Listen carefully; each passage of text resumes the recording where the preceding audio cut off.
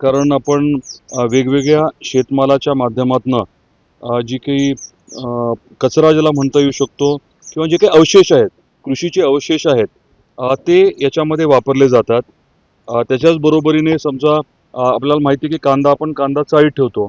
तो कांदा बऱ्यापैकी 20-30% कुजतो. तर तो कुजलेला कांदा देखील इथे वापरता येतो. बगॅस वापरता येऊ शकतो आणि याच्या माध्यमातून शेतकऱ्यांचं उत्पन्न कसं वाढेल याच्यावरती आपण आवर्जून भर देतोय. मुंबईत जी बैठक झाली त्या बैठकीमध्ये कृषी आयुक्तालयाचे अधिकारी संबंधित होते. कृषी आयुक्त स्वतः ऑनलाईन होते आणि परिवहन खात्याचे लोक होते, बाकीचे डिपार्टमेंटचे लोक होते. तर आपण धाराशिव जिल्ह्यामध्ये या प्रकल्पाचा परत रिपीट करू. मी धाराशिव जिल्ह्यामध्ये हा प्रकल्प कार्यान्वित व्हावा याच्या अनुषंगाने देखील पाठपुरावा करतोय. आपले बालाजी अमाईन्सचे संबंधित जे टेक्निकल टीम आहे ती देखील तिकडे जाऊन आलेली आहे आणि आपल्या तारा प्रकल्पाच्या अंतर्गत साधारण हा प्रकल्प देखील आपण हाती घ्यायचा विचार केलाय. याच्यामध्ये मूळतः कच्चं तेल बनवलं जातं, क्रूड ऑइल.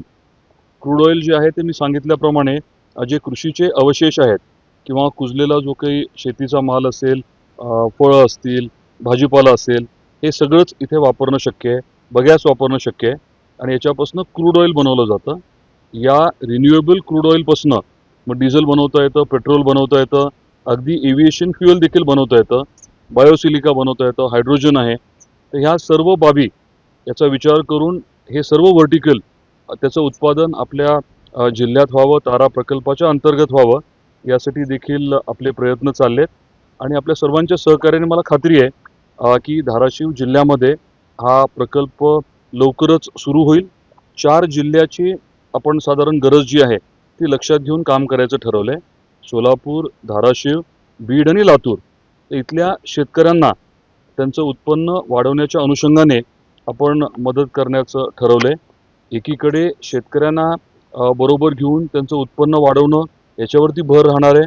दुसरीकडे तांत्रिकदृष्ट्या हे डिझेल किंवा बाकीचं इंधन जे बनवलं जाईल ते आत्ताच्या प्रचलित दरापेक्षा किमान एक 15% तरी स्वस्त राहील याच्यावरती देखील निश्चितपणे भर राहणार आहे. आणि धोरणात्मक याच्या बाबतीतले चा विचार आता चालू आहे. राज्य सरकारच्या स्तरावरती आणि केंद्र सरकारच्या स्तरावरती योग्य धोरण निर्गमित व्हावं आणि त्या धोरणाच्या माध्यमातून प्रकल्पाला आणि पर्यायाने जनतेला, खास करून शेतकऱ्यांना न्याय मिळावा या अनुषंगाने आम्ही सर्वजण मिळून प्रयत्न करतोय. आपण डिझेल गाडीमध्ये गरज भासली का काय त्याच्यात? मी आपल्याला सांगितल्याप्रमाणे हे ड्रॉप इन फ्युएल आहे, म्हणजे काही इंजिनमध्ये मॉडिफिकेशनची गरज नाही आहे. थोडं डिझेल या गाडीमध्ये होतं, पारंपरिक डिझेल, आणि मग हे रिन्युएबल डिझेल त्याच्यामध्ये आपण भरलं आणि गाडी वापरतोय, काही अडचण नाही आहे. आता ह्या गाडीमध्ये फक्त रिन्युएबल डिझेलच आपण वापरणार आहोत. सध्या आपण एक 400 लिटर आणलेलं आहे आणि मायलेज पण आपण चेक करू. मी स्वतःच गाडी चालवली, काही फरक डेफिनेटली जाणवत नाही आहे आणि थोडं अजून रनिंग झाल्यानंतर मला अजून कॉन्फिडन्स येईल.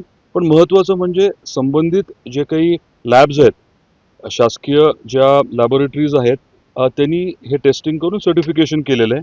त्यामुळे त्याची मला काळजी नाही आहे. महत्त्वाचा भाग आहे तो धोरणाचा, महत्त्वाचा भाग आहे तो मोठ्या प्रमाणात याचं मॅन्युफॅक्चरिंग, प्रोडक्शन सुरू करणं आणि लवकर सुरू करणं. आत्ताच्या परिस्थितीमध्ये खरं तर उद्या कितीही लाख लिटर रिन्युएबल डिझेल उपलब्ध झालं तर ग्राहकाची काही कमी राहील असं वाटत नाही. आपण MSRTCच्या लोकांशी पण चर्चा केली.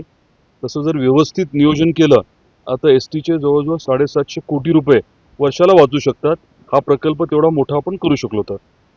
केंद्राची पॉलिसी म्हटलं तुम्ही, कशा पद्धतीनं तुम्ही त्यांच्याकडे ॲप्लिकेशन म्हणता येईल त्याला, म्हणजे नेमकं सुरुवात कशी करणार? आपण आता मित्रच्या माध्यमातून ड्राफ्ट पॉलिसी करतोय आणि जसं केंद्र सरकारने जीवन नावाची एक पॉलिसी आहे जैविक इंधनाची किंवा CNGच्या इक्विव्हलंट आता CBG असतं, आपल्या सर्वांना माहिती आहे. CBGची पॉलिसी राज्य सरकारची झाली आहे, केंद्र सरकारी मदत करतं. बायो इथेनॉल, बायोडिझेलच्या बाबतीतल्या पॉलिसी आहेत, त्यात मदत करतं. पण हे थोडं वेगळं आहे, हे रिन्युएबल आहे, नवकरणीय आपण म्हणतोय इंधन. तर त्याची पॉलिसी तयार करणं आणि ह्याचा थेट फायदा शेतकऱ्यांच्या उत्पन्नाच्या वृद्धीमध्ये होणार आहे.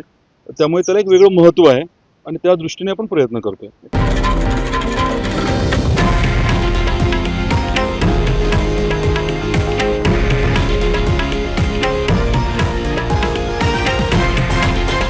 हे आहे देशातील नंबर 1 न्यूज नेटवर्क आणि आपण पाहत आहात TV9 मराठी, एकमेव.